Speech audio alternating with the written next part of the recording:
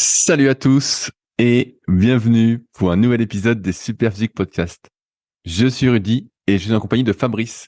Nous sommes les fondateurs du site superphysique.org consacré à la musculation sans dopage que nous avons créé en 2009 et sur lequel vous pouvez retrouver des milliers d'articles, des vidéos et des podcasts afin de vous éviter de faire les mêmes erreurs que nous et d'éviter de perdre du temps. De manière plus personnelle, nous avons chacun nos propres sites.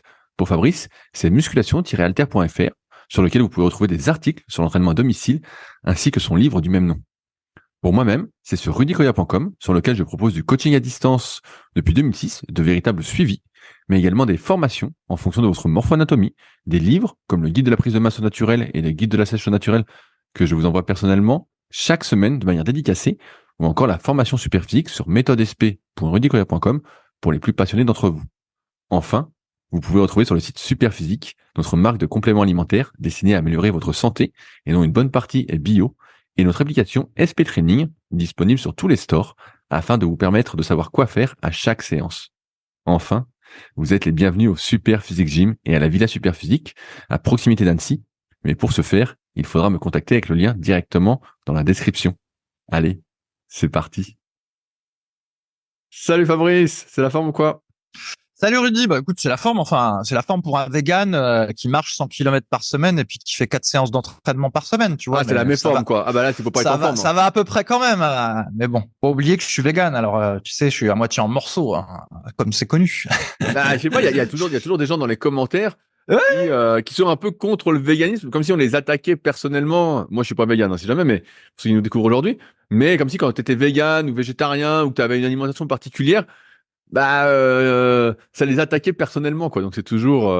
Ouais, ou je sais pas, comme j'insiste assez souvent quand j'ai des petits malheurs pour faire un peu amuser la galerie, peut-être que ça donne l'impression que c'est prépondérant, et alors qu'en fait c'est pas le cas, quoi.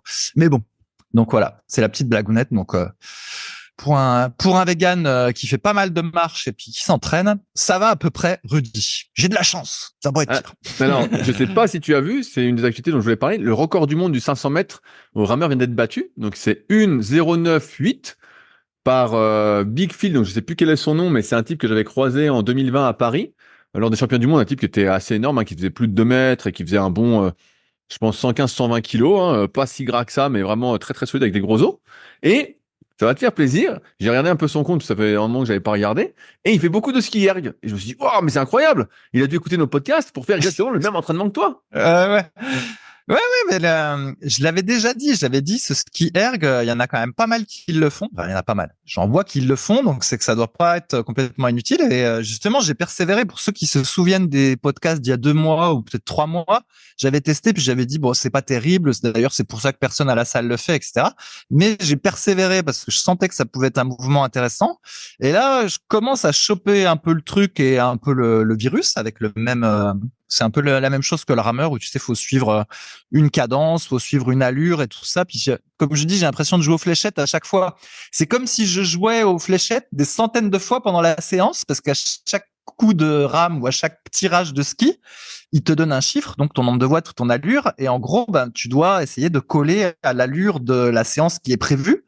Et pour moi, c'est comme une fléchette. Voilà, si jamais c'était prévu 2,17 et que le truc il me met 2,17 3, et ben c'est comme si j'avais fait 7 sur 10 aux flèches. Et puis, bah, s'il me met pile 2,17 alors que je devais faire 2,17, bah hop, c'est un 10 sur 10 à la fléchette, tu vois. Alors je suis heureux comme tout. Et voilà, il y a ce petit côté-là un peu rigolo. Et bah, moralité, j'ai accroché aux deux trucs. Et ouais, je suis pas étonné que le type y fasse, parce que comme j'avais expliqué en podcast, en fait, c'est un mouvement qui est antagoniste, et moralité, ça permet de faire une récupération musculaire tout en poursuivant un entraînement cardio. Donc c'est un mouvement qui est intéressant. Alors, Donc, ouais. deux questions dans l'une. La dernière fois, nous t'avons laissé avec cette possibilité que tu achètes un ski erg à ton retour en France. Où en est cet achat? Ouais, et ben c'est ce que je dis à ma femme régulièrement. J'ai un espèce de petit curseur, tu vois. Et en ce moment, je suis plutôt, si on dit que 5 sur 10 c'est l'hésitation, 0 j'achète pas du tout, et 10 j'achète. Là, je suis plutôt à 8 en ce moment, donc je suis Oh plutôt là dans là le là truc là, de mais attends, acheter, tu vas faire un crédit ou pas pour ça? Parce que on va pas dépenser 1 200 € d'un coup quand même. ouais, bah après c'est comme, je pense que c'est comme la muscu, ça va ça va durer un moment. Tu sais, mes petits disques Decathlon, ils ont duré 25 ans pour les premiers que j'ai achetés. D'ailleurs, il s'appelait Decathlon d'ailleurs. Il s'appelait pas encore Domios. Donc, à mon avis, le ski erg et le rameur, ça devrait durer un moment, vu qu'en plus, c'est censé être des trucs solides. Donc, normalement, c'est bon, ce sera amorti, Rudy. Et alors, la deuxième question, c'est où est-ce que tu en es de ton entraînement là-dessus? T'avais dit que tu t'entraînais beaucoup pour améliorer ta technique au détriment, entre guillemets, de la perf. Est-ce que c'est toujours le cas ou est-ce que tu as repris un entraînement plus Non, je suis spirit ou pas? ouais, non, mais je suis un programme, je fais les choses bien, donc j'ai pris un programme qui était adapté à mon niveau. Juste, j'ai dû un peu le modifier parce qu'il fallait qu'il fasse le ski erg. Donc en gros, je l'ai un peu doublé pour qu'il y ait la partie rameur et puis la partie ski erg pour faire simple. Et puis voilà. Et en fait, il se trouve que dans ce programme-là, il y a beaucoup de travail de fond. Et d'ailleurs, pour pas qu'on parle que de ça, puis comme c'est un podcast de muscu, je vais essayer de faire le parallèle avec la force athlétique. Comme ça, tout le monde va comprendre. Donc, imaginons que faire un 2000 mètres de rameur ou un 2000 mètres de ski erg, ce soit faire un maxi au développé couché, au squat ou quelque chose comme ça. Quand vous faites de la force athlétique et que votre but, c'est d'être bon, donc, sur ce maxi, eh ben, vous n'allez pas en faire à l'entraînement, en fait. On n'en fait pas. Et vous allez avoir, Rudy va confirmer ou infirmer si ça a modifié. En gros, il y a une première phase, on va s'appeler ça la préparation, où par exemple, vous allez faire du 8-12 reps pendant un petit moment, voilà, pour je sais pas quoi, prendre éventuellement un peu de muscle si jamais vous avez de la marge au niveau de votre catégorie de poids, irriguer un petit peu les muscles, renforcer gentiment les tendons, vous reposer de votre précédente tentative de maxi, etc. Donc il y a une espèce de phase préparatoire qui dure un petit peu. Tu confirmes, Rudy? Il y a Tout à toujours fait. comme ça, Oui, il y a un peu moins ça. voilà. Mais ça se fait toujours beaucoup, en tout cas sur la vision de ceux qui font pratiquer beaucoup d'exercices d'assistance, où effectivement, hors saison, tu fais des séries un peu style pour prendre du muscle, donc 8-12 pour simplifier. Mais il y a toujours Voilà. un peu cette approche. C'est ça. Et ensuite, tu as toute une période où là, c'est la période où vraiment tu vas progresser, où là, tu vas être plutôt autour de 5 reps. Donc, il y a en force athlétique, en général, ils aiment bien le 5x5 ou deux fois, ça peut être 4x5 ou 3x5. Voilà, tu as toute cette espèce de phase. Et donc là, si je faisais la comparaison avec le rameur, la première phase, ce serait plutôt de faire de la basse cadence où tu fais beaucoup d'entraînement entre, mettons, 18 et 24 tirages par minute sur le rameur et sur le ski erg. De ce que j'ai compris, voilà, ce serait plutôt entre 30 et voilà 36, 38 par exemple. Et ensuite, quand au développé couché, tu vas faire du 5x5, et là en rameur, tu seras peut-être plutôt avec pas mal de séances entre 24 et 28. Et cette phase-là, normalement, c'est la plus longue, c'est celle où tu vas progresser le plus. Et grâce aussi avec des histoires de pourcentage, si par exemple tu fais 5x5 à 120 au coucher, tu sais que si tu tentes un maxi, tu vas possiblement faire 120. Mais 140, ça veut pas 140 dire... tu veux dire? 5x5 à 100. 5x5 Ah, à 100, 5x5 à 100, ouais, pardon, ouais. J'ai peut-être fourché. Ouais, tu fais 5x5 à 100, bon, tu as des chances de faire un maxi à 120. Mais sauf que ça veut pas dire que si tu fais le 5x5 à 100 lundi et que tu tentes ton maxi le samedi, que tu vas réussir les 120. En fait, c'est juste, ça veut dire que tu as le potentiel de faire 120. Et donc, du coup, c'est exactement pareil avec le rameur. Voilà, imaginons que tu arrives à faire 3x10 à une cadence de 24 à je sais pas quoi, moi, 2,05, et tu as le potentiel pour faire un 2000 mètres en 7,30. Admettons, j'ai dit des chiffres un peu au hasard. Mais après, en force athlétique, tu vas faire ce qu'on appelle la phase d'affûtage. Et donc, dans cette phase-là, tu vas descendre les reps. Donc, par exemple, tu vas passer de 5x5 à 4x5, puis 4x4, ensuite 3x4, après tu vas faire peut-être du 3x3, 2x3, 2x2, et c'est seulement après que tu vas tenter ton maxi. Généralement en compétition, si tu fais de la force athlétique de compétition. Et sur cette phase-là d'affûtage, et là je te redonnerai la parole Rudy, en fait tu progresses pas vraiment, c'est juste que tu essaies de faire en sorte que ton maxi potentiel t'aies le plus de chances de l'obtenir. Donc, tu passes de 5x5 à 100 et que tu arrives à faire une à 120 en compète, voire une à 122. Et en fait, l'affûtage, il sert à faire ça plutôt que finalement en compète, tu te viandes et puis que tu fasses une fois 115 parce que tu as mal fait ton affûtage. Et je pense que c'est un peu la même idée avec le rameur où tu as une espèce de phase où tu vas faire une cadence un peu plus élevée, voilà, de 28 à 32. enfin pas toute la semaine, mais voilà, tu vas te mettre à intégrer cette cadence-là, et puis c'est seulement après que tu vas tenter ton 2000 mètres. Et donc là, dans mon entraînement que je suis, en gros, c'est un peu comme si j'étais à mi-chemin entre la phase préparatoire et puis la phase 5x5 au développé couché. Et le truc, ça dure 16 semaines, donc tu vois, c'est long.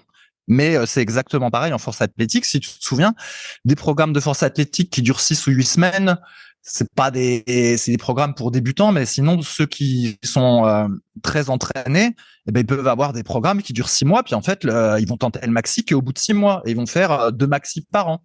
Tu me contredis ou pas? Non, non, c'est un peu ça. Alors après, je suis pas sûr que les Clément avec qui je fais le podcast parlerait d'affûtage, mais plus, moi j'appellerais plus l'exploitation. Tu vois, je dirais plutôt c'est Ouais, oui, oui. accumulation, exploitation. Tu vois, je verrais Ouais, plus ça ok. comme ça. Et alors après, maintenant il y a plein de philosophies un peu différentes dans le power. Donc on avait fait un podcast spécial force avec Clément, donc j'invite les auditeurs à le réécouter. Mais oui, je vois exactement ce que tu veux dire. Donc là, tu en es un peu à la moitié du programme, c'est-à-dire que dans 8 semaines, est-ce que tu retentes quand même un test 2000 ou finalement, comme tu auras Ouais, non, progressé non, dans non, non, ouais. l'accumulation, Non, je vais tenter. Ouais, je vais faire. Je suis le truc. Donc voilà, une fois que j'aurai fait cette phase d'exploitation, comme tu dis, et ben là, je ferai un 2000. Mais en fait, ça sert à rien de tenter un 2000 maintenant. Ce serait comme de tenter un développé couché sans être passé par toutes les phases. Donc ça n'a pas de sens. Je ferai mieux sans doute que ce que j'ai fait au début janvier, mais guère mieux. En tout cas, pas à proportion de ce que j'ai progressé en cadence base. Donc tu vois, ça n'a pas de sens. Mais oui, mais donc je continue et puis. Je m'amuse et puis je suis content. Voilà, donc je mets à jour mon log sur le forum. bah, Je fais je le des petits lis, donc trucs. Je suis je suis content. tout ça. Et sur le ski erg, donc tu étais content, pareil, parce que techniquement, c'était beaucoup mieux de ce que j'ai compris. Ouais, ouais. Alors sur le ski erg, c'était très compliqué, mais parce que la cadence c'était pas la même. Alors, les cadences c'était pas les mêmes. Et puis j'avais beaucoup de conseils contradictoires sur Internet parce que ce qui se passe, c'est que sur le rameur, là, il y a beaucoup d'expérience entre ceux qui font de l'aviron, ceux qui font de l'ergomètre et tout ça. Donc, on a quand même beaucoup d'infos et beaucoup de livres et de références. Donc, on arrive à peu près à s'y retrouver. Encore que des fois, il y a des différences. Par exemple, tu vois, ceux qui font de l'aviron, ils ont tendance à faire le rameur en écartant les coudes parce que quand tu fais de l'aviron, t'écartes les coudes. Et du coup, si tu regardes quelqu'un qui fait de l'aviron, qui fait du rameur, tu le vois écarter ses coudes, donc tu dis, moi, je vais écarter les coudes aussi. Alors qu'en fait, non, lui, il écarte les coudes parce qu'en aviron, on écarte les coudes. Mais quand tu fais que du rameur, en fait, faut pas écarter les coudes, ça ne sert à rien. Donc il y a quand même des petites subtilités, mais grosso modo, voilà, t'as plein de trucs. Sauf que pour le ski erg, ce que je voyais, c'était des records qui étaient faits par des types qui étaient monstrueux, tu vois, des super balèzes, des 100 kilos, 1m90, qui eux avaient une cadence, on va dire, assez lente, puis un mouvement assez ample, puis qui mettaient la résistance quasi maximum, mais parce qu'en fait, c'est des monstres, tu vois. Et puis à l'autre extrême, t'avais ceux qui faisaient du ski et qu'en fait qu'utilisaient le ski erg en appoint du ski et qui avaient un mouvement beaucoup plus court, beaucoup plus rapide, qui était pas le même. Hein. Et du coup, moi, je savais pas où me situer par rapport à ça. Et puis finalement, je me suis basé sur les préconisations de Concept 2 et tout simplement. Et puis voilà, là j'ai réussi à choper le mouvement, donc j'en suis assez content. Et il fallait utiliser une cadence plutôt basse. Donc on va dire que sur le rameur, tu fais beaucoup de cadences entre 18 et 30.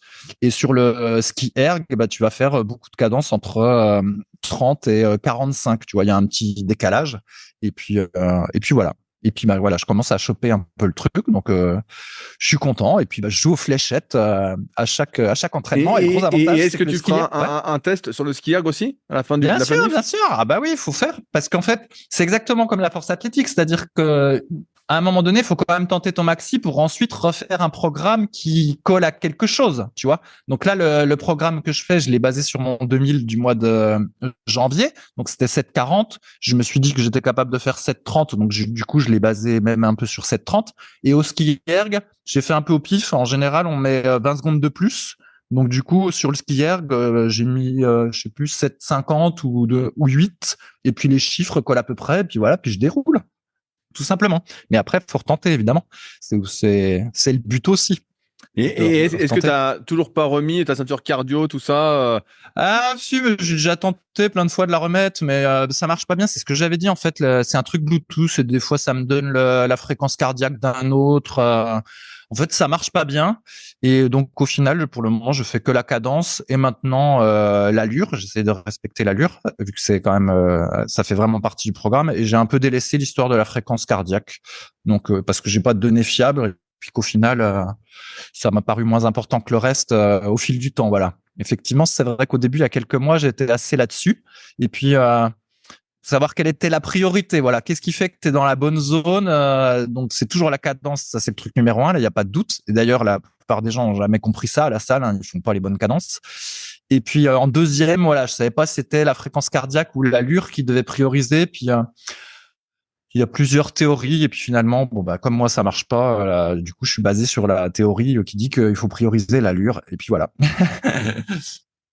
Donc, c'est ça l'idée. Et puis, j'ai abandonné complètement le vélo, vu que maintenant, je fais le ski erg, de la rando et puis le rameur, et puis ça roule comme ça. Ouais, c'était redondant de toute façon avec le rameur en termes de flexion, extension de genoux, donc. Ouais, ça faisait trop. Puis même alors, ça avait fait rire sur jeuxvideo.com quand j'avais dit que je montais beaucoup les escaliers, parce qu'à un moment donné, j'habitais un 5e étage, et c'est vrai, mine de rien, monter je ne sais combien de fois les escaliers par jour, plus le reste, en fait, j'ai les cuisses qui étaient un peu fatiguées. Alors évidemment, pas fatigué au point que je peux pas bouger ou que j'ai des courbatures, mais suffisamment fatigué pour que ça se ressente un peu à l'entraînement. Et donc du coup, en coupant le vélo, ça m'a remis les cuisses plus en forme, voilà, moins fatigué en fait. Là, ça va. Et est-ce que physiquement tu continues de te maintenir après ta perte un peu initiale? Oui, je maintiens un peu, mais bon, c'est ce que j'avais expliqué au précédent podcast. En fait, ça muscle pas vraiment. Je suis comme un débutant en muscu, peut-être je les pecs en moins maintenant. Donc, je dois être à 73, 74. C'est tout, quoi. Il y a pas de miracle, hein. En fait, tu peux regarder, tu as peut-être déjà regardé sur YouTube, tu as justement des vidéos d'aviron. Donc, les types qui sont olympiens, hein. Tu regardes le physique qu'ils ont dans les bateaux, les lightweight, là, ceux qui font des moins de 75 kilos. Ils sont pas très très balèzes, hein. Puis tu vois, puis c'est des Olympiens. Donc moi qui suis pas olympien, tu vois, t'imagines bien que ça va pas faire de miracle, quoi. T'es pas olympien, Donc, tu prépares pas les Jeux Olympiques? ouais, c'est ça. Donc voilà, ça fait ce que j'avais dit la dernière fois. Ça fait un peu les cuisses, les fesses, le dos, mais au niveau des bras, voilà, ça doit faire sans mesurer. Je pense que je suis à 34-35. Il y a pas de miracle, mais c'est comme ça. Alors, t'as pas eu de bol, je crois, un coup, parce que tu m'as marqué sur le forum que t'as failli faire du rameur avec quelqu'un qui faisait bien du rameur et tu t'es fait niquer. Ah ouais, non, mais ça, c'était terrible. En fait, donc, ça fait, je sais pas, 3-4 mois que je vais à la salle. Bon, il y a une fois, 2-3 fois, j'avais rencontré donc un type qui était, on va dire, skipper, qui faisait du rameur. On avait échangé un peu et tout ça. Mais la majorité du temps, tous ceux qui font du rameur à côté de moi, en fait, ils savent pas faire du rameur, en fait. Donc, on croit que faire du rameur, c'est simple, mais en fait, c'est plus compliqué parce que les gens n'y arrivent pas. Donc, ils mettent trop de résistance, ils vont trop vite, ils tirent mou ou ils tirent avec les bras fraîchis. Enfin, c'est un désastre à chaque fois. De temps en temps, je suis de bonne humeur, alors j'en sauve un en lui expliquant comment faut faire. Parfois, d'ailleurs, il est pas content parce que comme je suis tout maigre, il pense que j'ai pas de légitimité et voilà. C'est d'ailleurs pour ça que je le fais de moins en moins. Et bref, et il y a un coup, j'arrive à la salle et en fait, il y avait une femme qui avait l'air d'être crossfiteuse, elle était un peu balèze, et elle faisait du rameur, et je voyais à sa cadence, en plus j'ai vu son écran, elle faisait du rameur à cadence 18, et je voyais qu'elle faisait, tout était nickel. Et tu dis déjà, un type qui fait du rameur à cadence 18, c'est qu'il a compris le truc en fait, c'est qu'il sait ce qu'il fait. Parce que personne intuitivement ne va faire à cette vitesse-là, c'est trop lent en fait. C'est un petit peu de technique. Et je me dis, oh putain, génial. En plus, c'était ma séance, c'était justement cadence 18. Donc, je me suis dit, pour une fois en 4 mois, je vais pouvoir faire du rameur à côté de quelqu'un puis avoir l'impression, tu sais, de partager un moment. Parce qu'en plus, c'est pas toujours évident, des fois, de faire ton rameur à cadence 18 quand celui qui est à côté, il fait à cadence 30, par exemple. Tu sais, t'es pas dans le même mood, tu vois, tu dois te concentrer bien pour pas te caler sur son rythme, tu vois. Et là, en plus, voilà, une femme qui avait l'air balèze, etc. Je me dis, génial. Et donc, je me dépêche d'aller dans les vestiaires et tout ça pour me changer vite fait, parce que j'avais vu sur son écran, c'était autour de 15 minutes, puis ça ne cessait de décrémenter. Et à quelques secondes, au moment où je m'apprête à mettre sur la rameur, t'as un senior qui s'y met. Et en fait, c'est un senior qui en fait régulièrement. Lui, il fait des quarts de mouvement en cadence 45. Et il est tout fier de faire ça pendant 20 minutes. Et là, je me suis dit, oh putain, c'est baisé. Et effectivement, le type, il s'est installé. Il a regardé un peu la fille, style de dire regarde-moi, moi je suis bon, je vais te montrer comment on fait. Il a fait son quart de mouvement à 40 et puis là j'ai compris que c'était baisé pour moi. Il y aurait pas de rameur pour moi ce matin et puis pas avec la fille qui faisait bien. Putain, Et t'aurais eu une touche, quoi. Putain. ouais, bah non, non, c'était pas pour ça, vu que je suis marié, mais enfin, comme marié. Mais du coup, bah, je suis allé sur le ski erg. Et là, le gros avantage du ski erg, bah, c'est qu'il est toujours libre. Et donc, bah, ça a été séance ski erg. Et puis voilà. Mais ce qui fait que du coup, en 4 mois, j'aurais jamais pu faire enfin, partager un moment rameur. Tu sais, c'est pas partager un moment Kinder, c'est partager un moment rameur avec quelqu'un, quoi. Et là, il doit me rester 1 semaine à la salle, 1 ou 2 semaines. Donc, je pense que ça n'arrivera jamais. C'est comme ça. Mais après, t'en feras chez toi avec des vidéos YouTube, tu seras bien. Tu seras comme un pape. Et bientôt les lives, peut-être bientôt les lives sur Twitch. Ouais, les lives. Mais voilà. Donc, moralité, c'est un senior qui a fait le super babouin à côté de la meuf au lieu que ce soit moi qui puisse partager un moment rameur à cadence 18 avec elle. Voilà. Quand ça veut pas, Rudy, hein, c'est comme ça. Alors, je change complètement de sujet, mais t'as été voir le film Iron Claw, si j'ai bien compris? Ah oui, oui, oui. Alors, je sais pas comment il est traduit en français parce que moi, Si, c'est bah pas pareil, c'est le même titre, c'est Iron Claw. Ouais, ouais, bon, Et donc ouais. moi j'ai été le voir aussi quand il est sorti, donc c'est pour ça et j'ai vu que tu étais surpris du physique de Zac Efron. Ouais, ouais, ouais. Là, déjà, le film se laisse regarder. Alors, il y a beaucoup d'aubes au cinéma, malheureusement, mais ce truc-là, ça se laissait regarder. Il y a une bonne bande son et tout ça. Après, on peut vérifier sur Wikipédia, comme c'est inspiré d'une histoire vraie. Voilà, c'est grossièrement inspiré de l'histoire, mais il y a pas mal enfin, grosso modo, il y a quand même des trucs qui sont vrais. Effectivement, beaucoup de gens qui se sont suicidés dans cette famille qui était une famille de catcheurs avec un père qui était un peu cinglé de catch. Mais ce qui vraiment est terrible, voilà, c'est le physique de Zac Efron dans le film qui a un physique super sec, super massif et tout ça. Et je me disais, c'est marrant parce que tous ces acteurs-là qui arrivent à avoir des physiques magnifiques, eux, ils ont pas de boutons dans le dos. Alors, je sais pas comment ils font. C'est pas comme à la salle où ils ont plein de boutons dans le dos. Lui, il a aucun bouton et il a un physique genre culturiste de niveau, je sais pas, un très bon niveau culturiste quoi dans le film. Alors comment Bah, ça se fait qu'ils ont pas de boutons, Rudy? je sais pas s'il y en a qui se souviennent, mais j'avais parlé d'un article justement qui était sorti et on en reparlera après avec cet ami après. Mais j'avais partagé l'article où il disait que c'était les sandwichs à l'avocat qui avaient fait plein de Oui, trucs, oui, oui. blablabla. Voilà. On nous prenait pour des cons comme d'habitude, c'était la diète qui faisait tout.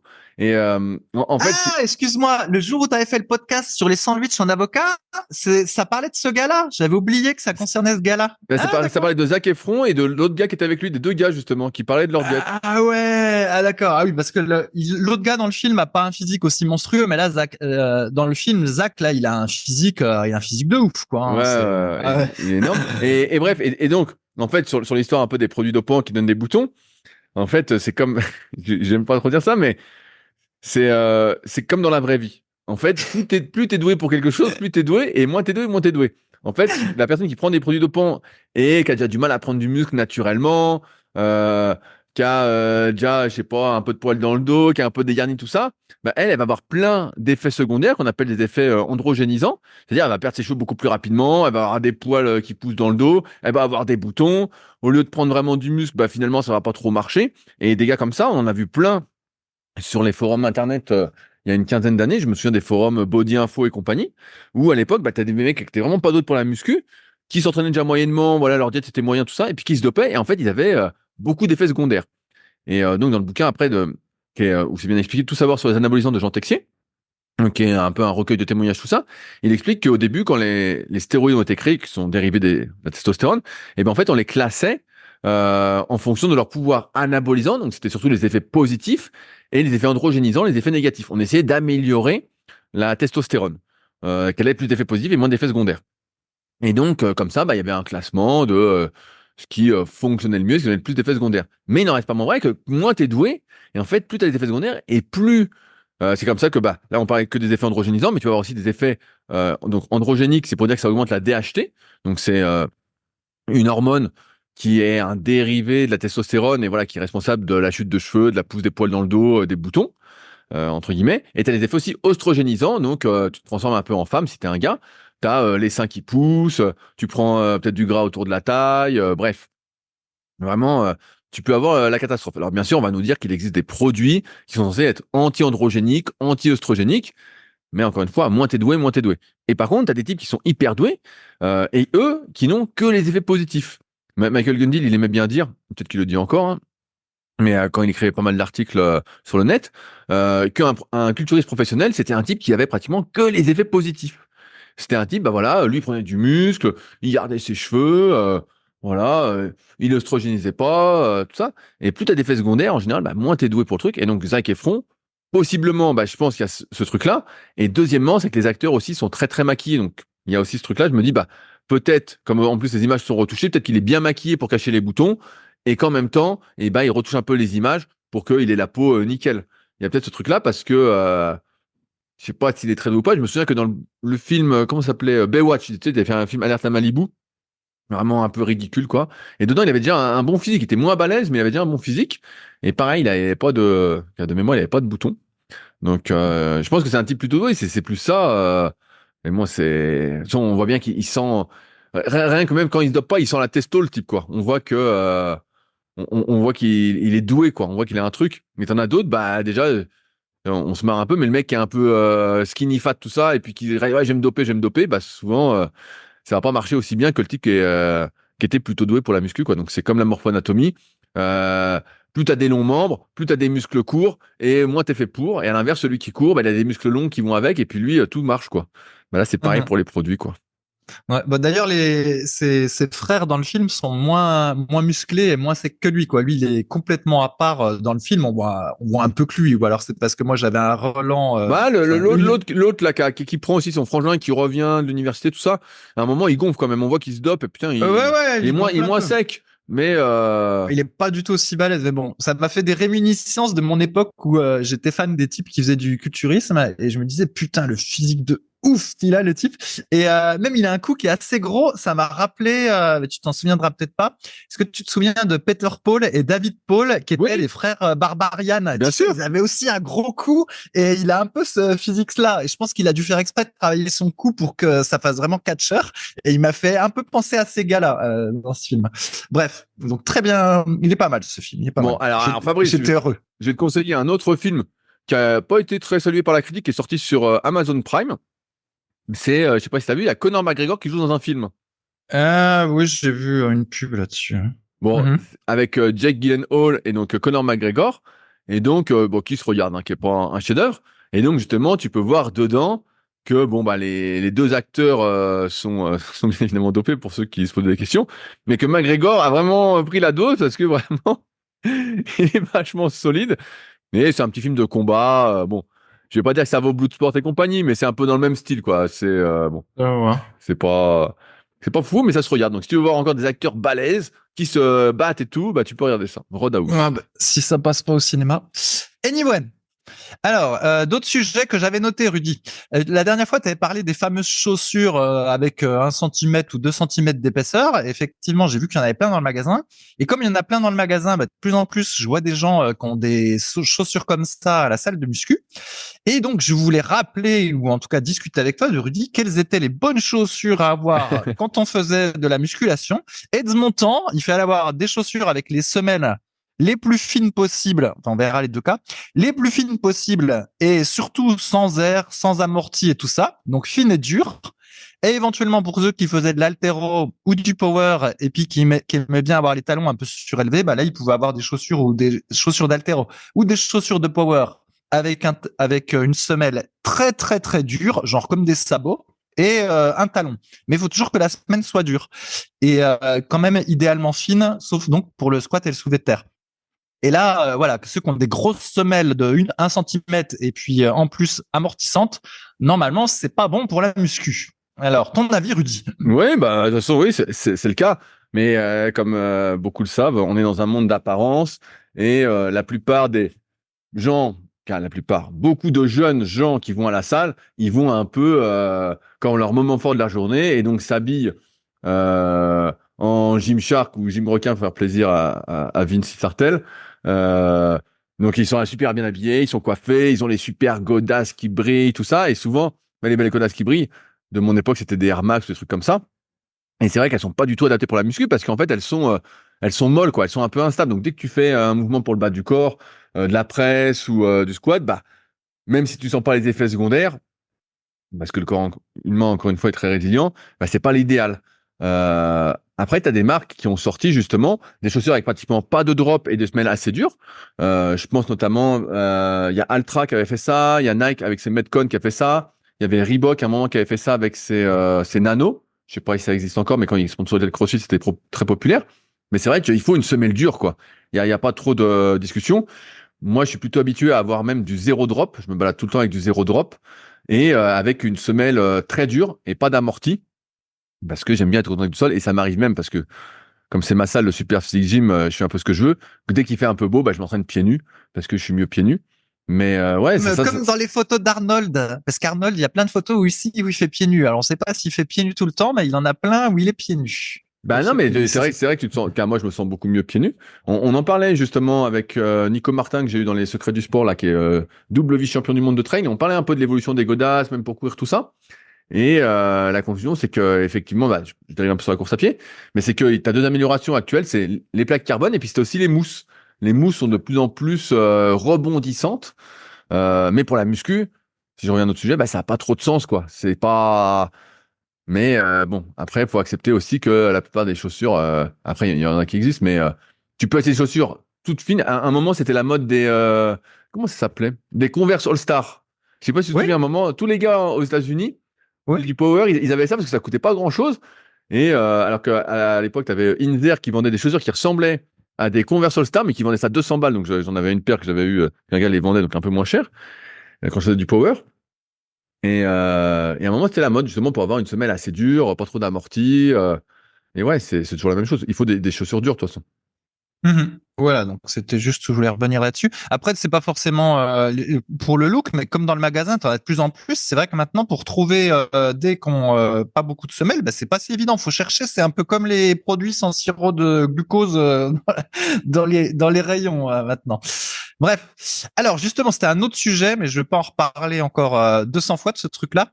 Il y a une étude qui est sortie il y a pas longtemps, enfin plutôt un rapport de l'Agence nationale de la sécurité sanitaire de l'alimentation qui a montré que le sucre était présent dans la majeure produit des produits transformés, y compris salés. Et donc, bah, c'est ce qu'on avait déjà dit dans des podcasts où maintenant, bah, par exemple, dans la sauce tomate, il y a un petit peu de sucre, mais même dans plein d'autres produits qui semblent inattendus parce qu'ils sont salés, bah, il y a un peu de sucre dedans. Et donc, au final, il y a du sucre dans les trois quarts, du sucre ou quelque chose d'équivalent au sucre dans les trois quarts des produits transformés. Et donc, encore une fois, ces machins-là, il faut pas en manger. Et souvent, d'ailleurs, sur le forum, là, on a toujours des gens qui disent oui, je suis. Des fois, ils disent pas skinny fat parce qu'ils connaissent pas le mot. Ils disent oui, je suis un peu gras ou qu'est-ce qu'il faut que je fasse, une diète, une prise de masse, blablabla. Mais je crois que déjà, la plupart du temps, faut déjà arrêter de manger manger des produits transformés et voir ce qui se passe. Ça se trouve, si vous arrêtez de manger des produits transformés et qu'à la place, bah, vous mangez, pas moi, des lentilles, des trucs comme ça, qui ont une grosse densité calorique, c'est-à-dire que quand vous mangez un gros plat de lentilles plus éventuellement du tofu, je ne sais quoi, ça vous tient Quel bien bon plat, ça donne envie, hein. ça vous tient bien au ventre, tout ça, et vous n'allez pas avoir 2 heures après envie de remanger autre chose si vous avez pris une grosse quantité ou si vous avez mangé des patates, enfin bref, un bon gros truc nourrissant. Et ben, ça se trouve rien qu'en mangeant des aliments normaux, vous allez maigrir tout seul parce que vous n'allez pas avoir ces espèces de fringales régulières ou avoir faim 2 heures après parce que vous avez mangé un truc de merde pas nourrissant. Et je pense souvent la base, c'est déjà ça, c'est de stopper tous les produits transformés. On voit ce qui se passe et puis après, éventuellement, on ajuste sa diète. Je pense qu'il y en a pas mal qui devraient faire ça parce que quand on voit les caddies, ce serait quand même bizarre que tous ceux qui nous écoutent ne mangent pas de produits transformés, Rudy. Ouais, mais en fait, c'est parce que, tu vois, j'ai un exemple tout à l'heure, j'ai Valentin, je sais pas s'il nous écoute, qui avait écrit à Loïc par rapport à la boutique et qui voulait venir au Super Physique Gym, et donc qui est venu tout à l'heure à la salle, et donc on discutait, et je dis, bah, donc il avait des objectifs en muscu, on discute, bon, bref, à la salle, on discute pas mal, et je dis, ah, bah, comment tu manges ça? Il me dit, bah, je mange plutôt sain, je fais attention à ce que je mange, tout ça, c'est plutôt bien, j'ai toujours eu du mal à grossir, donc vraiment, je fais attention, et puis en fait, au fil de la discussion, je comprends que pour lui, normal, donc lui, il est commercial dans la grande distribution. Bref, on va pas revenir là-dessus. Et faut bien gagner sa croûte, on va dire. Et je lui dis, bah ouais, et tout. Et il me dit, ouais, bah, il me dit, donc tous les midis, je suis au resto. Et je dis, attends, tu m'as dit que t'étais carré sur la diète. Il me dit, ouais, mais quand je vais au resto, je fais attention, nanana, tout ça. Je lui dis, donc je lui donne-nous un exemple. Et donc, bah, forcément, il donne l'exemple du midi. Et en fait, il avait bouffé un financier, il avait bouffé un plat, forcément, qui était un peu en sauce. Ouais, c'est ça. Donc, tu vois, et donc, on était plusieurs à la salle. Et on lui dit, mais attends, mais ça, c'est pas manger sain. Ça, c'est pas faire attention. C'est pas, qu'est-ce que je lui dis, c'est pas raccord avec les objectifs dont tu me parles, qui, comme on en a parlé la dernière fois, sont plus des objectifs fantasmés, que de réels objectifs. Et pour dire que, pour beaucoup de personnes, en fait, la définition de manger normalement, n'est évidemment pas celle qu'on préconise, celle que toi tu as, celle que moi je peux avoir. Et je rajouterais même que sur le forum, il y a une question sur mon topic un coup là. Donc, il y a un topic, posez vos questions à Rudy. Et je sais plus qui disait, oui, j'aimerais en savoir plus sur l'alimentation ancestrale, l'alimentation paléo, tout ça, parce que je me rends compte que manger des aliments sains ne suffit pas. Il faut aussi voir d'où ils viennent, tout ça. Alors bien sûr, toutes ces histoires de diète paléo, ancestrale, tout ça, pour moi, de plus en plus, c'est un peu des conneries, parce qu'on sait pas exactement comment ça mangeait dans telle ou telle partie du continent, à quelle époque, tout ça. On fait un micmac de tout, sous couvert de marketing. Et c'est vrai que manger sain, ça suffit pas. Il y a aussi cette histoire de qualité des aliments. D'où viennent les aliments? Ça fait partie de cette histoire de sain. Est-ce que c'est la bonne saison pour manger ça? Si en hiver, vous bouffez des tomates et des fraises, si vous habitez en France, c'est pas des aliments sains. Voilà, même s'ils sont bio ou quoi, c'est de la daube. Donc, il y a aussi cette histoire de qualité des aliments dont il faut faire attention, en plus d'aliments non transformés, pour qui, des fois, bah, c'est un aliment non transformé, donc c'est un aliment sain, pas forcément. Ça peut être un aliment bien pourri parce que c'est pas sa saison, il n'a pas poussé au bon endroit, il a voyagé je sais pas combien de temps. Donc ouais, c'est sûr que cette Ouais, définition alors de... là, j'irai pas avec toi sur ce terrain-là de dire celui qui mange des tomates en hiver, c'est pas un aliment sain. Là, je te suivrai pas là-dessus, ça me semble excessif. Mais par contre, qu'au resto, en fait, normalement, tu devrais avoir des aliments sains dans ton assiette, mais au final, tout a été pourri par une sauce, voilà, dont tu connais pas la composition. Puis après, tu prends un dessert dont tu connais pas trop la composition. Puis au final, ton plat était pas si sain que ça parce que tu as eu un dessert que tu maîtrisais pas, tu as eu une sauce que tu maîtrisais pas. Et même si t'as pris un plat de crudité en entrée, t'as encore eu une sauce que tu maîtrisais pas. Donc t'as eu deux sauces plus un dessert. Et donc au final, certes, c'était peut-être pas trop d'aliments transformés par rapport à si t'avais pris un William Saurin, mais c'est pas folichon quoi. C'est pas comme voilà, moi qui a vraiment un truc de lentilles puis qui va mettre un petit peu d'huile de colza ou qui va faire un dalle de lentilles, etc. Où je maîtrise tout ce que je mange en fait, tous les ingrédients qui sont dans mon assiette, je les maîtrise. Mais alors après, de là à dire qu'il faut pas manger de fraises en Ah, hiver ou je sais pas quoi, il est là, pas pour j'irai les aliments de jusque-là, saison, le là. type.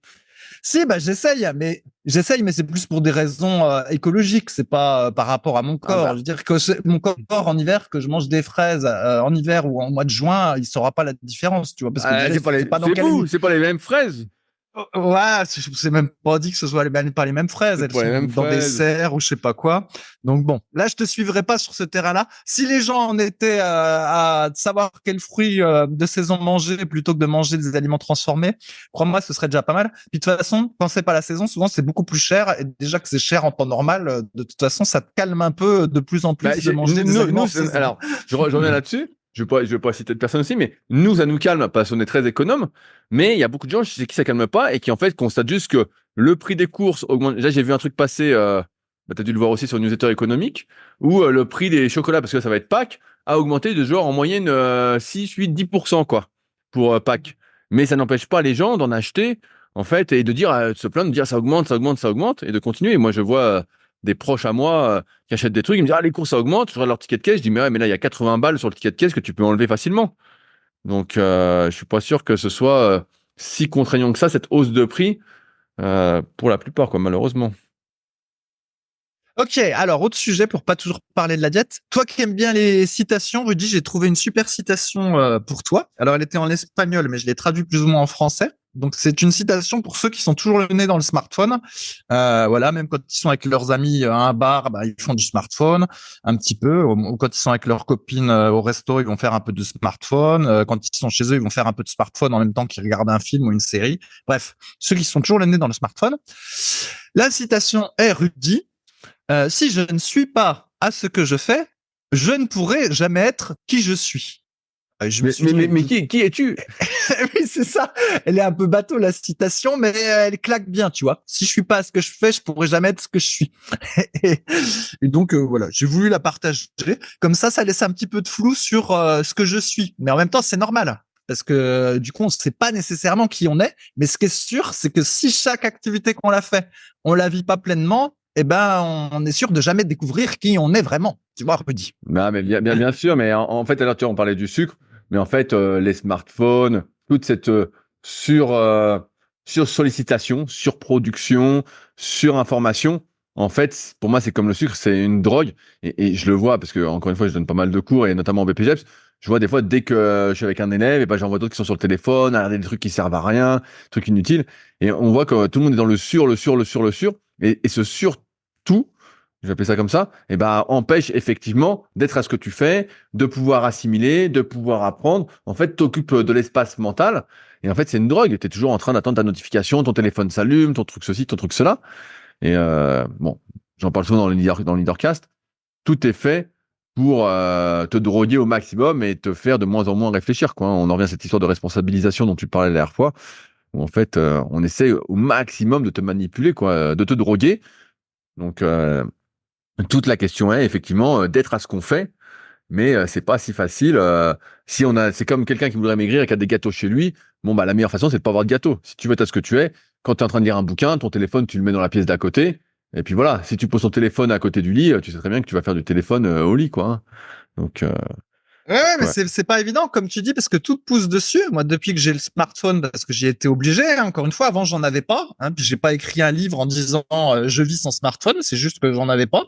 Mais je trouvais pas ça extraordinaire. Au contraire, je trouvais ça, j'étais content de pas en avoir. J'ai dû en avoir un pour pouvoir me connecter au site bancaire et tout le bordel, parce que sinon je pouvais plus rien faire. Et comme le fait, là, pour rentrer dans la salle où je vais, Fitness Park, il y a un QR code, donc je suis obligé de sortir le téléphone.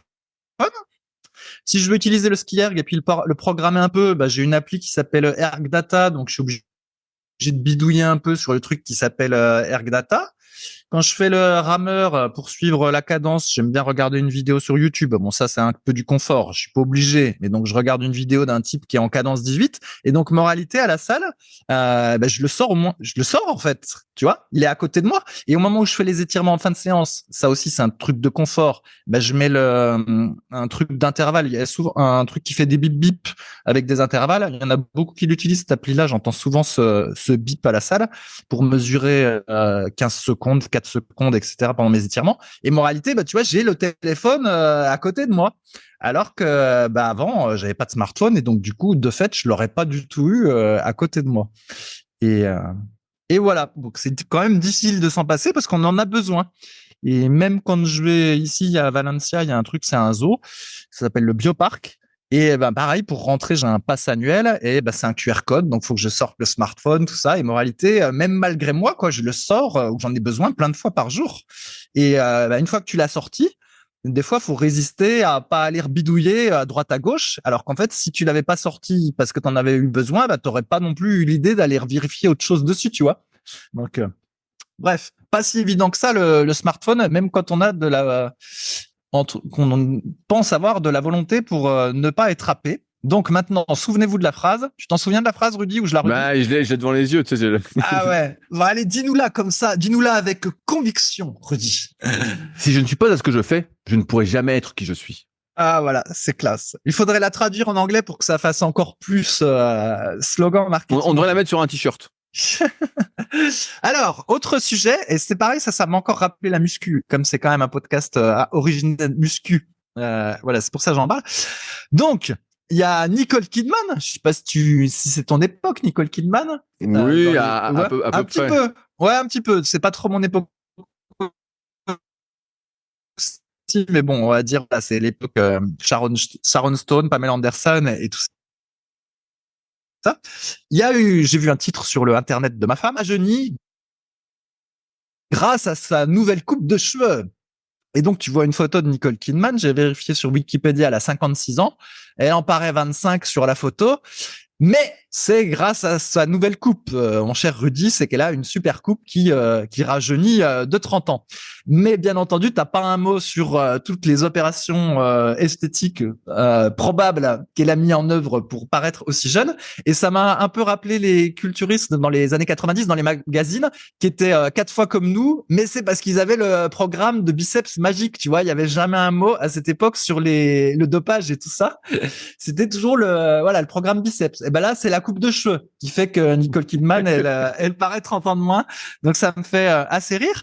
Et justement, me venait à l'esprit une réflexion. Donc c'est là que votre serviteur a 44 ans.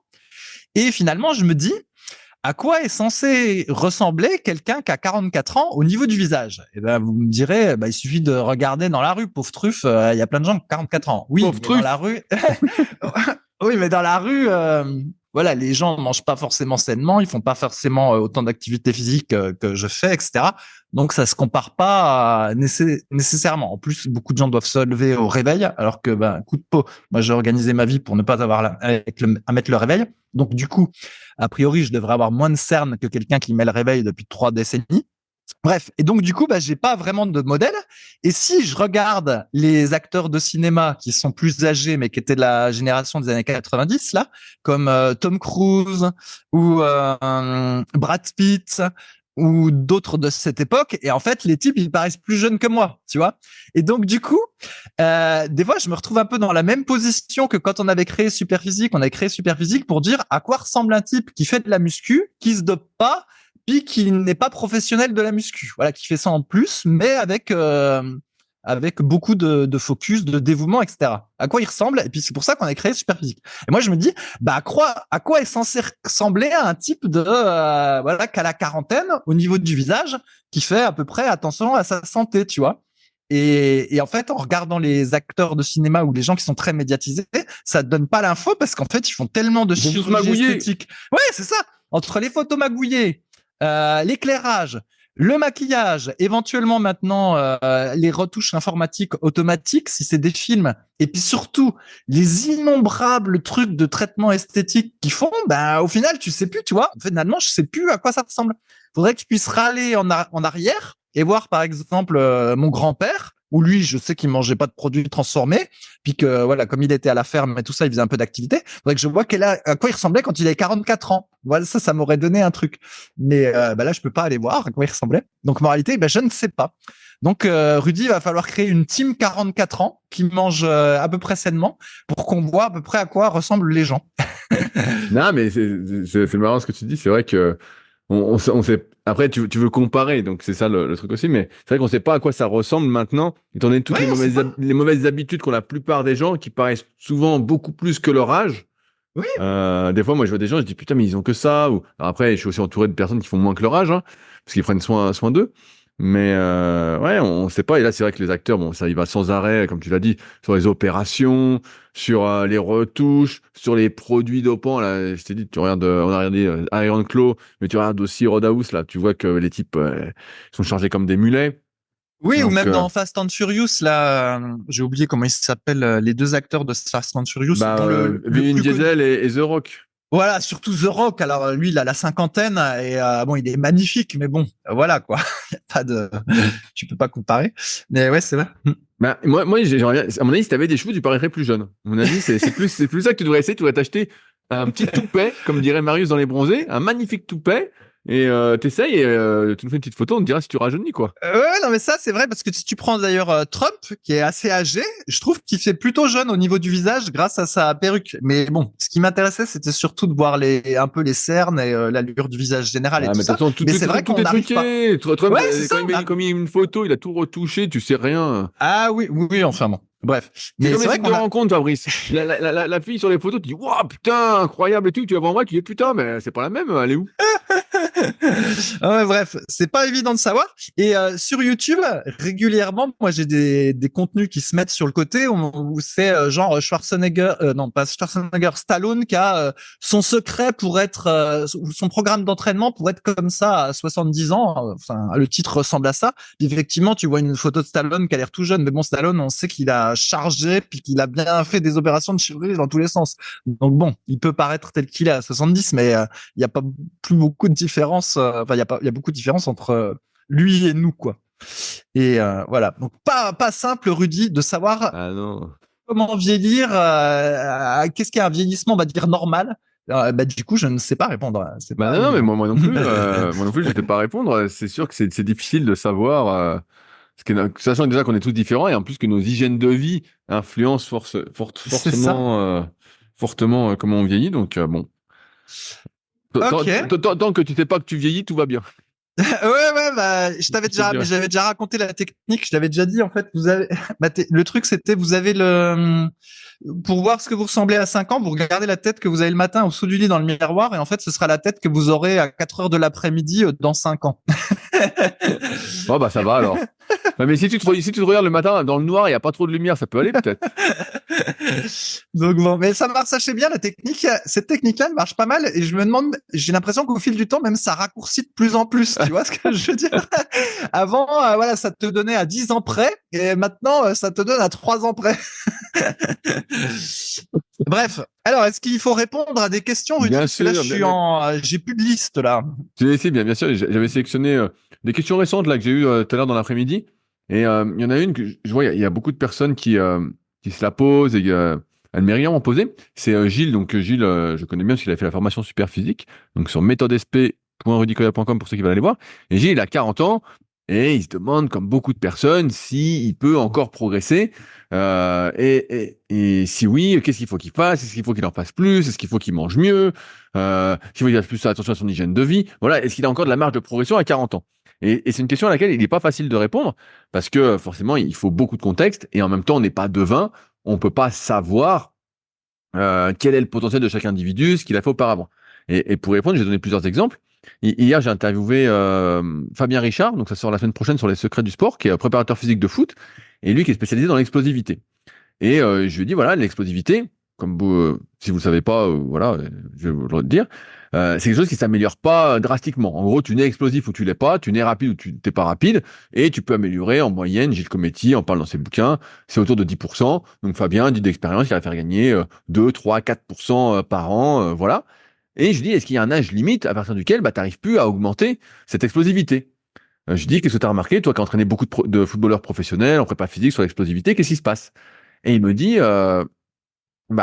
souvent c'est autour de 33-34 ans que là je vois que malgré tous les petits tests qu'on peut faire, tout ça, et ça gagne plus trop. Voilà, ça gagne plus trop, on arrive à maintenir. Et il dit à partir de, je sais plus ce qu'il dit, 35, 36, 37 ans, déjà si tu arrives à maintenir, c'est super. Maintenant, là, on parle dans le cadre de personnes qui sont très très entraînées, qui optimisent beaucoup ce qu'ils font. Donc lui qui est au cœur du truc m'a dit que la plupart des meilleurs footballeurs avaient une hygiène de vie presque irréprochable, faisaient beaucoup de temps de récup, tout ça, vraiment ils étaient optimisés. Mais la question c'est pour quelqu'un qui est pas hyper optimisé, quelle est sa marge de progression? Et souvent ce que j'aime bien dire à la plupart des gens qui me demandent, c'est jusqu'où vous êtes prêt à aller pour progresser et à atteindre hypothétiquement vos objectifs. Dans le sens où ce qui limite la plupart des gens, c'est effectivement l'investissement que vous êtes prêt à faire, déjà d'un point de vue alimentaire. Est-ce que vous êtes prêt, je reprends l'exemple de Valentin tout à l'heure, à ne plus faire aucun resto et à manger votre gamelle tous les midis? Est-ce que vous êtes prêt à vous coucher, je sais pas, à une connerie, à 22 heures et à vous lever pas avant 7 heures le matin, donc à dormir au moins 9 heures par nuit? Est-ce que vous êtes prêt à, quand vous vous entraînez, à vraiment être dans votre séance pour devenir qui vous souhaitez être, pour reprendre un peu la caricature, mais jusqu'où vous êtes prêt à aller en fait? C'est plus ça, parce que ce qui est sûr, c'est que aucun d'entre nous, n'étant pas professionnel, ne fait absolument tout comme il faut pour progresser. Si je reprends l'exemple des bodybuilders pro dans les DVD, que je regardais quand j'étais gamin. D'ailleurs, s'il y en a qui sont de passage, je veux bien donner des DVD parce que j'en ai plein et je pense pas en regarder tant que ça d'ici la fin de ma vie. Et surtout que je les ai tous vus, certains plus d'une dizaine de fois. Je sais jamais si un jour il y a un petit Rudy, tu seras content de lui transmettre tes Bien DVD. Je te le donnerai, Fabrice. Je te le ferai adopter. Comme ça t'auras une belle vie. Bref, et donc quand on regardait ces DVD-là, on a l'impression, du moins pour certains, que toute leur vie était optimisée pour ça. Ils se levaient le matin, ils faisaient leur heure de cardio à jeun, ensuite ils mangeaient, ensuite ils se reposaient un peu, ils allaient à la salle, et puis ils rentraient, ils mangeaient, ils faisaient une petite sieste, ils allaient se réentraîner, et puis après ils faisaient encore leur cardio le soir. Vraiment, c'était très très optimisé. On voyait que tout était très réglé, du moins pour certains. Mais nous, en tant qu'amateurs, c'est sûr qu'on le fait pas. Donc notre marge de progression est effectivement existante, mais jusqu'où? Ça, c'est difficile à dire. Et c'est pour ça que quand tu as 40 ans ou 35 ans, ça dépend ce que tu as fait avant, ça dépend tes antécédents, ça dépend ton potentiel, et ça dépend surtout de ce que tu es prêt à faire pour progresser. Sachant que là, pour Gilles, il n'y a pas d'objectif chiffré, c'est est-ce que je peux continuer à progresser? J'ai envie de te dire oui, mais qu'est-ce que tu es prêt à faire pour ça? Je reprends un exemple. Si demain vous voulez prendre 5 kilos de muscle, et que ça fait 10 ans que vous vous entraînez, plus ou moins correctement, et vous faites déjà, par exemple, taille-poids, vous êtes 1m80, 80 kg, vous dites, je veux prendre 5 kilos de muscle, j'ai envie de vous dire, voilà, est-ce que tu es prêt, par exemple, pendant 5 ans, et certains vont dire que je suis extrême, mais encore une fois, c'est à la hauteur des objectifs. De mon expérience, après avoir coaché des milliers de personnes, blablabla, pour refaire le point, est-ce que tu es prêt pendant 5 ans à pratiquement pas faire d'écart sur ton alimentation, à vraiment te coucher presque tous les jours à la même heure, à pas faire d'excès, à pas prendre de vacances, pratiquement pas parce que ta marge de progrès est réduite après 10 ans d'entraînement? Est-ce que tu es prêt à faire tout ça? Et est-ce que surtout tu as envie, est-ce que l'objectif est assez motivant, assez challengeant pour toi? Est-ce que c'est quelque chose vraiment qui t'importe? Si oui, je pense que c'est possible. Maintenant, si toi, en fait, t'aimes bien aller au resto 2-3 fois par semaine, t'aimes bien des fois faire des soirées et te coucher à 1h ou 2 du mat, des fois tu bois un petit peu d'alcool, je sais pas, tu bois 2-3 verres par semaine, voilà. Et que l'entraînement, voilà, des fois t'es dedans, mais des fois t'es pas dedans, t'as d'autres trucs, tu sautes une séance par-ci, par-là, tes objectifs sont pas réalisables et en fait, c'est juste un fantasme. C'est, voilà, j'aimerais que, mais c'est pas je vais faire que. Donc, c'est ça la vraie limite, c'est quel investissement vous êtes prêt à faire pour atteindre votre objectif. Et c'est ça, j'ai envie de dire, le plus gros du travail. J'en parlais avec, je sais plus qui, j'en parlais avec Nico Martin, justement, de trail, qui lui aussi est coach, mais plus dans le trail, justement, dans la course à pied. Et il disait, moi, pour beaucoup de gens, ce qui se passe en coaching, c'est que beaucoup de personnes arrivent avec des faux objectifs et me disent, voilà, j'aimerais être comme ci, j'aimerais être comme ça. Et en fait, le gros du travail d'expérience, c'est de mettre un objectif, on va dire, plus concret, plus réaliste, et après de voir où ça mène, tout en sachant que, encore une fois, on ne sait pas prédire l'avenir. Des fois, il y a des surprises, des bonnes comme des mauvaises, voilà. Mais c'est vraiment ça le plus compliqué. C'est jusqu'où on est prêt à aller pour progresser, quoi. C'est pas plus compliqué que ça, et c'est pour ça que parfois on s'imagine pas, on se dit mais non, mais c'est pas une histoire d'aller au resto une fois par semaine, c'est pas une histoire de se coucher tous les jours à 22h, c'est pas ci, c'est pas ça. Mais en fait, au bout d'un moment, comme dans beaucoup de sports à haut niveau, c'est des gains marginaux. Et ces gains marginaux, si c'est 1%, 2%, 3%, accumulés, ça fait une énorme différence. Mais encore faut-il arriver à ces gains marginaux et avoir envie de mettre ça en place pour aller les chercher, quoi. Voilà, Fabrice. Ouais, après, c'est vrai qu'avec la muscu, ce qui est comme c'est le rapport au corps et tout ça, des fois, l'objectif est un petit peu flou. Par exemple, toi, Rudy, qui t'es mis à la course à pied, mettons que tu fasses le 10 km en 45 minutes, admettons, et tu comprends que 10 km en 44 minutes 30, bon, ça va te demander un petit peu d'entraînement, mais que 10 km en 40 minutes, là, il y a un sacré gros gap. Voilà, là, tu comprends. Là, tu comprends tout de suite. Mais c'est vrai qu'avec la muscu, par exemple, des fois, il y a des gens qui vont voir Rudy en coaching, ils ont un petit peu de bide, tout ça, ils font 36 de bras, puis ils se disent, j'aimerais plus avoir de bide, avoir des abdos et puis faire 40 de bras. Et du coup, mais en fait, ils se rendent pas compte du gap entre là où ils sont puis là où ils veulent aller parce que c'est quand même assez flou, perdre le bide. Tu vois, c'est pas comme passer comme dans l'exemple que je viens de donner, tu vois. Ou si je fais la même chose avec le rameur, voilà, quelqu'un qui fait le rameur le 2000 mètres en 8 minutes. Il comprend que pour passer à 6 minutes 30, ça va être compliqué, tu vois, tu comprends tout de suite. Mais c'est vrai que voilà, passer du bide à abdos, des fois on se rend pas bien compte du gap que ça représente et de l'investissement que ça représente, spécialement quand on est un petit peu âgé. Et c'est un peu le problème qu'il y a avec la muscu, c'est qu'on se rend pas toujours compte en fait du gap, alors que dans d'autres disciplines, ça saute aux yeux, tu vois. Ouais, mais bien sûr, mais c'est parce qu'en fait, je l'avais expliqué dans le guide de la sèche naturelle, donc qui est un bouquin disponible sur mon site, que j'envoie chaque semaine de manière dédicacée. Bref, en fait, quand tu n'as jamais fait de régime, tu n'as jamais perdu vraiment de poids, tu n'as jamais eu vraiment d'hygiène, tu te rends pas compte de combien de kilos faut perdre pour être déjà sec. Et j'ai eu l'exemple, voilà, ça fait presque 20 ans que je coach, où les gens disent, voilà, moi j'aimerais perdre 5 kilos. Et en fait, avec l'expérience, dans ma tête, je me dis, en fait, il y en a 12 ou 13. Tu vois, à un moment, je disais, il y en a le double de ce qu'on pense. Si on n'a jamais fait de régime, c'est à peu près le double. Et des fois, même quand c'est le double, on perd, donc, la personne veut perdre 5, on en perd 10. Donc, déjà, il a fallu négocier parce que beaucoup de personnes ont dit, ouais, mais je vais être tout maigre, je vais pas être très musclé, nanana. Mais la vérité, c'est que t'es pas très musclé. En fait, c'est que ce que tu prenais pour du muscle, c'est du gras. Et ça, c'est assez difficile à entendre. Et c'est assez difficile à vivre parce qu'on se dit, tiens, je perds du muscle. Non, non, tu perds du gras. C'est juste que tu es vraiment gras.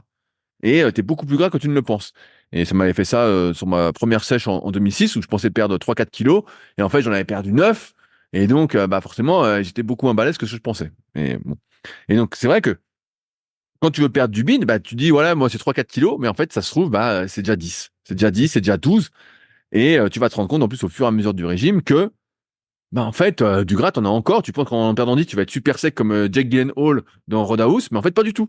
En fait, t'auras juste le ventre plat et c'est tout. Et pour être comme Jake dans le truc, là, s'il y en a qui regardent, Mais en fait, c'est plutôt 20, voire 25 kilos qu'il faut perdre. Et là, tu te dis, ah, maintenant, 25 kilos, je suis à 1m80, 85 kilos, j'ai un petit ventre, moi, je vais faire 80 kilos, parce que si je fais 75, je vais être tout maigre.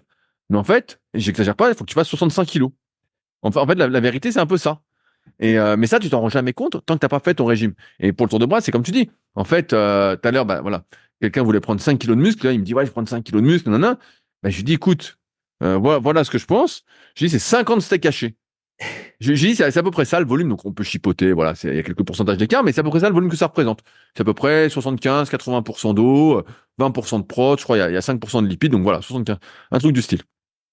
Et donc, c'est-à-dire quand tu prends un steak haché 5%, tu le colles sur ton biceps, ça fait 100 grammes de muscle. Et là, tu te rends compte que si tu prends 50 steaks hachés, donc 5 kilos de muscle, mais c'est monstrueux. C'est pas du tout le même truc. C'est pareil, on a tendance à surévaluer la quantité de muscle qu'on prend. On se dit, bah ouais, mais attends, moi j'ai pris 10 kilos, c'est du muscle. Non, en fait, t'as pris, je caricature, mais t'as pris 7 kilos de gras, 1 kilo d'eau et 2 kilos de muscle, en fait. C'est ça la vérité. Mais ça, c'est dur à entendre parce que, encore une fois, tu vois les réseaux, tu vois il y a les magazines, il n'y a plus de magazines, mais nous, on voit les magazines. Les mecs, ils disent, prenez 4,5 kilos de muscle en 6 semaines, prenez 10 kilos dans l'année de muscle. Mais en fait, pas du tout. Déjà, je sais pas quel âge vous avez, mais si vous avez 30 ans, ou 35 ans, ou 40 ans, ou plus, si tu prends 2 kilos dans l'année, et encore, parce que tu es déjà un peu sec, tout ça, et que tu n'as pas besoin de perdre de poids, ou de perdre du gras, bah c'est déjà super, en fait. C'est déjà 10 steaks hachés, ou 20 steaks hachés. C'est énorme en termes de volume. Mais ça, on se rend pas compte, et on se dit, bah non, mais c'est rien du tout. Effectivement, c'est facile d'accumuler des kilos, mais des kilos de merde, oui, ça c'est facile.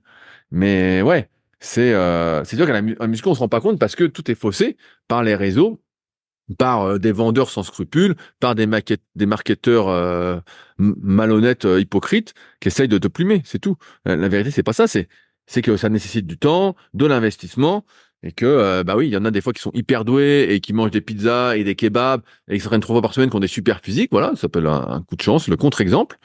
Mais pour la plupart des gens, bah, il faut s'investir, il faut y aller et prendre 4 centimètres de bras.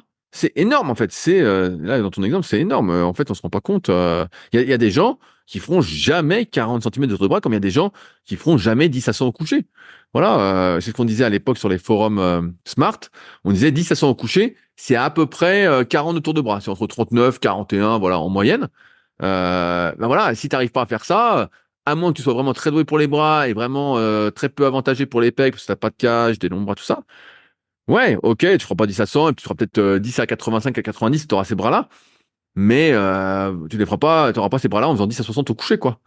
Donc ouais, on se rend pas compte, en fait, c'est vraiment pour ça que moi j'aime bien parler et donner des objectifs, comme on l'a fait d'ailleurs avec l'application SP Training, donc la V3. D'ailleurs, il y a une petite mise à jour. J'en profite pour en parler parce que on n'en a pas parlé. Il y a eu une petite mise à jour sur l'application SP Training, la V3. Il y a eu l'ajout du chronomètre, donc l'ajout libre du chronomètre. Il y a eu, donc Pierre m'a envoyé un truc aussi, les objectifs par rapport à l'incrément minimal. Ça a été également modifié pour que ce soit plus adapté à certains qui pouvaient pas. Il y a également des petites améliorations a priori d'animation, d'espacement et puis des petits bugs corrigés. Donc là, c'est sorti, on est quel jour là? Vous êtes vendredi, donc c'est sorti mercredi soir. Donc, mais c'est pour ça que donc sur l'application, je reviens, on met des petits objectifs du style 10 à 40 au coucher, 10 à 55, 10 à 70, 10 à 85, 10 à 100, etc. Parce que finalement, on se rend compte que ça parle beaucoup plus que de dire je vais prendre 4 centimètres de bras. Et en gros, je pourrais caricaturer en disant que tous les 10 ou 15 kilos développés couché, si on prend cet exemple-là, et bah tu prends un petit centimètre de bras, quoi, en exagérant. Et mais ouais, c'est pour ça qu'on mieux vaut se concentrer sur l'amélioration des perfs en série moyenne, sur des exercices qui sollicitent tes muscles.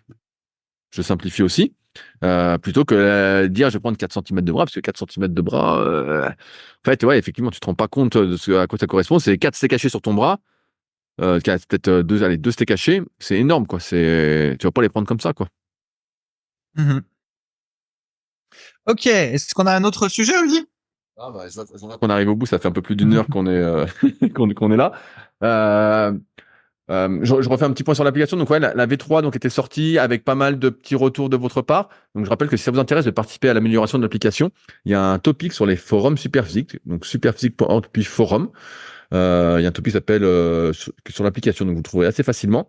Et donc n'hésitez pas à faire vos retours pour essayer de l'améliorer. Comme je l'ai dit la semaine dernière et je le dis régulièrement, si ça fonctionne et que ça s'améliore, c'est un travail d'équipe, c'est pas uniquement tout seul. Donc là, dans la suite des opérations, si tout va bien avec cette mise à jour sur Android et qu'il n'y a pas trop de retour, et ben, il y aura la version sur iOS d'ici fin de semaine prochaine, donc peut-être pour le prochain podcast, sachant que moi je suis sur iOS, donc j'aimerais bien, au lieu d'avoir la version d'essai. Bref, la bêta test. Donc voilà. Je rappelle aussi que je spoil un petit peu, mais on travaille sur possiblement des nouveaux compléments pour Superphysique, mais que ça met toujours plus de temps que prévu, parce que c'est toujours très très long. Donc on en reparlera en détail quand ça sortira. Et puis voilà, bah, n'hésitez pas de toute façon à aller faire un petit tour sur le site Superphysique. À être à ce que vous faites pour devenir qui vous voulez être. Et ça passe souvent, si vous êtes aussi en muscu, par lire les articles de Superphysique qui sont toujours aussi pertinents et qui étaient là bien avant la surinformation, le surtout, et qui résument l'essentiel de notre vision de la musculation pour progresser sans dopage. Bref, je m'arrête là et on se retrouve de toute façon la semaine prochaine pour un nouvel épisode dans la bonne humeur. Salut à tous. Salut! Si vous êtes encore là, c'est que vous avez sans doute passé un bon moment. Si vous avez des questions sur les sujets que nous avons abordés aujourd'hui ou que vous souhaitez nous en poser, ne vous priez pas, c'est avec plaisir dans la partie commentaires sur SoundCloud ou sur YouTube. Si vous avez des questions qui n'ont rien à voir avec les sujets abordés, par contre, cela se passe sur les forums Superphysique, qui sont les derniers forums de musculation du web et qui est également les premiers sur www.superphysique.org. Enfin, merci d'avance pour votre soutien, notamment à ceux qui laisseront des commentaires sur les applications de podcast, que ce soit Spotify ou Apple, avec évidemment la note de 5 étoiles sur 5. Je compte également sur vos partages sur les réseaux sociaux que je repartagerai avec plaisir. Sur ce, bon entraînement et à la semaine prochaine.